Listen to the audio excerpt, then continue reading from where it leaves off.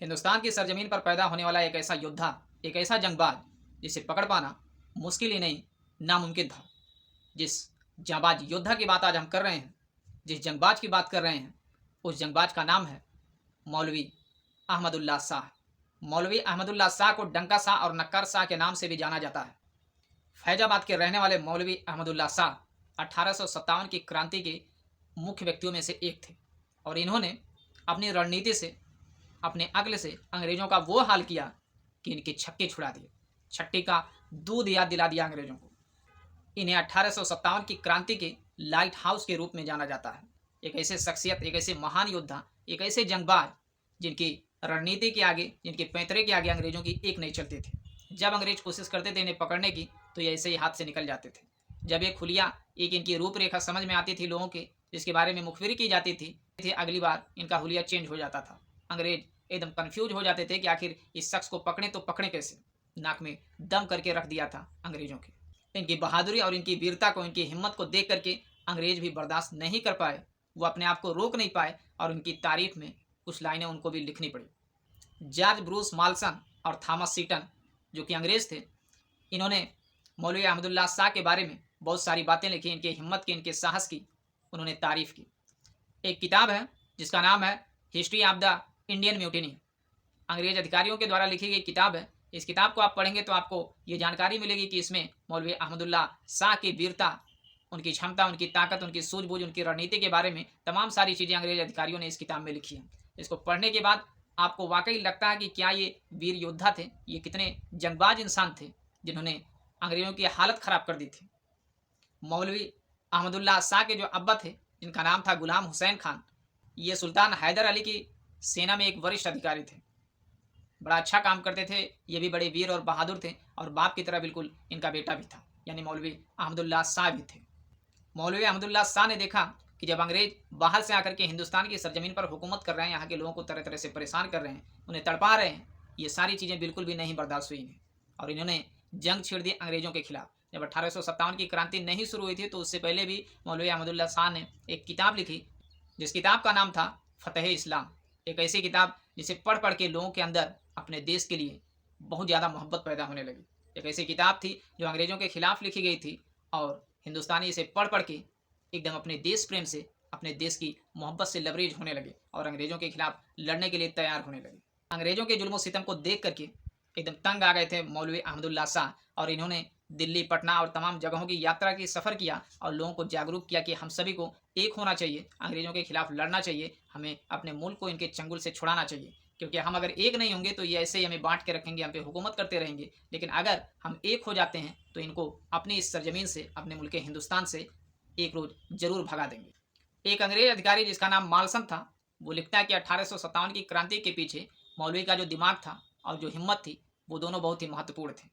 उनकी साहस का, उनके हिम्मत का जिक्र ये अंग्रेज अधिकारी करता है और उनके साहस की तारीफ भी करता है। अंग्रेजों से जंग के दौरान एक बार हुआ ऐसा कि पटना से मौलवी अहमदुल्ला शाह को अंग्रेजों ने किसी तरह गिरफ्तार कर लिया और गिरफ्तार करने के बाद अंग्रेजों के खिलाफ जंग लड़ने के नाते मौत की सज़ा सुनाई गई मौलवी अहमदुल्ला शाह को। लेकिन फिर होते जाते किसी तरह से इनकी सज़ा जो मौत की थी उसे आजीवन कारावास में चेंज कर दिया जाता है और ये जेल में बंद थे। लेकिन फिर इनके जो साथी थे, तमाम हिंदुस्तानी जो थे, जो जंग आज़ादी की लड़ाई लड़ रहे थे, अंग्रेज़ों के खिलाफ लड़ रहे थे, वो सब अचानक वहाँ पे धावा बोलते हैं और फिर से मौलवी अहमदुल्ला शाह को वहाँ से छुड़ा लाते हैं। मौलवी अहमदुल्ला शाह अपनी सेना के साथ भारत देश में इधर उधर सफ़र पे लगे रहते थे। जहाँ कहीं भी अंग्रेज़ों का जुल्म सितम होता था उनसे लड़ते थे, जंग करते थे और मुल्क हिंदुस्तान की आज़ादी के लिए भरपूर कोशिश किया करते थे। लोगों को जागरूक किया करते थे। ये जगह जगह पे घूमते रहते थे और ये चाहते थे कि जितना जल्दी हो सके उतना जल्दी मेरा देश, मुल्क भारत आज़ाद होना चाहिए। जब नवाब वाजिद अली शाह की मौत हो गई, इस दुनिया से चले गए वो, तो मौलवी अहमदुल्ला शाह जो थे, इन्होंने उनके बेटे और उनकी बेगम, जिनका नाम था बेगम हजरत महल, उन सबको वहाँ की कुर्सी सौंप दी, यानी उन्हें राजा बना दिया। एक के बाद एक लड़ाइयाँ होती जा रही थी, अंग्रेज़ों का नींद हराम हो रही थी, अंग्रेज परेशान हो रहे थे और एक के बाद एक जंग मौलवी अहमदुल्ला शाह अपने साथियों के साथ जीतते जा रहे थे।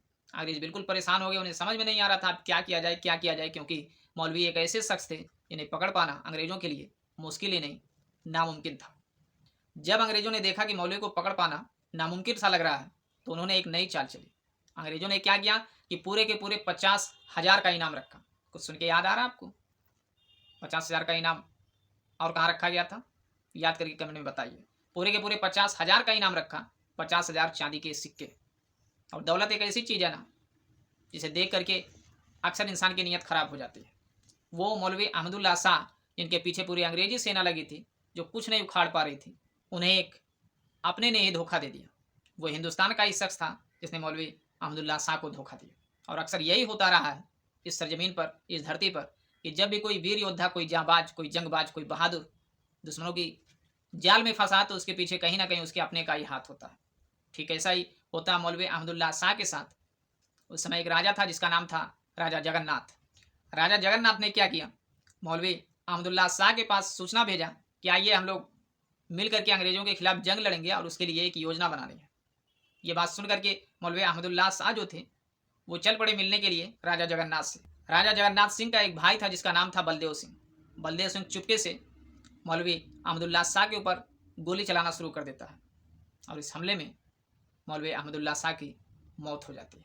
एक ऐसा जांबाज योद्धा जिसे पकड़ने के लिए अंग्रेजों के पसीने छूट रहे थे, उनकी पूरे का पूरा खानदान उनको याद आ रहा था। वो कुछ बिगाड़ नहीं पा रहे थे, कुछ उखाड़ नहीं पा रहे थे, लेकिन दौलत का लालच दे करके एक वीर, एक जांबाज, एक जंगबाज योद्धा को अपने जाल में वो फंसाते हैं। उन 50,000 चांदी के सिक्कों के लालच के बदले में अपने देश के एक शख्स ने सौदा कर लिया अपने ईमान का, अपनी देशभक्ति का, और अपने मुल्क के साथ, अपने मुल्क के एक जांबाज योद्धा की ज़िंदगी के साथ वो गद्दारी कर बैठता है। इस तरह से मौलवी अहमदुल्ला शाह शहीद हो जाते हैं इस मुल्क हिंदुस्तान के लिए। आज बहुत सारे ऐसे लोग कहते मिल जाते हैं, फालतू की चीज़ें बोलते मिल जाते हैं कि मुसलमानों ने इस देश के लिए किया ही क्या है। तो मुसलमानों ने क्या किया है वो चीज़ उन्हें जानना चाहिए, उन्हें किताबें पढ़ना चाहिए, इतिहास पढ़ना चाहिए, और जो भी सच्चाई है उन्हें जानने की कोशिश करनी चाहिए। ये थे हमारे देश के वीर सपूत, एक महान जंगबाज, एक बहुत बड़े योद्धा मौलवी अहमदुल्ला शाह, जिन्होंने ये साबित कर दिया, ये दिखा दिया कि हिंदुस्तान हमारा मुल्क है। इसकी सरजमीन के लिए हम अपने जिस्म के खून का एक एक बूंद लगाएंगे, एक एक बूंद कुर्बान कर देंगे अपने इस देश की सरजमीन के लिए। ऐसे बहुत सारे योद्धा हुए हमारे देश में, बहुत सारे ऐसे वीर सपूत हुए, जंगबाज हुए, जिन्होंने अपने देश की हिफाजत के लिए अपने जान की कुर्बानियाँ दी। हम सभी को सच को जानना चाहिए, सच को पहचानना चाहिए और सच के साथ खड़ा होना चाहिए। ये मुल्क, ये हिंदुस्तान हम सभी का है। हिंदू, मुस्लिम, सिख, ईसाई सभी ने कुर्बानियाँ दी हैं इस देश के लिए, और जिन्होंने कुर्बानियाँ नहीं दी हैं वही सबसे पहले आज मुसलमानों से देशभक्ति का सबूत मांगते हैं, जबकि ऐसा नहीं होना चाहिए। इस देश में प्यार मोहब्बत वाली जो पहचान है वो बनी रहनी चाहिए, गंगा जमनी जो तहजीब है वो कायम रहनी चाहिए, सबको प्यार से रहना चाहिए। वीडियो पसंद आए तो इसे ज़रूर लाइक करिए, चैनल को सब्सक्राइब करिए, घंटा ज़रूर दबाइए। जय हिंद।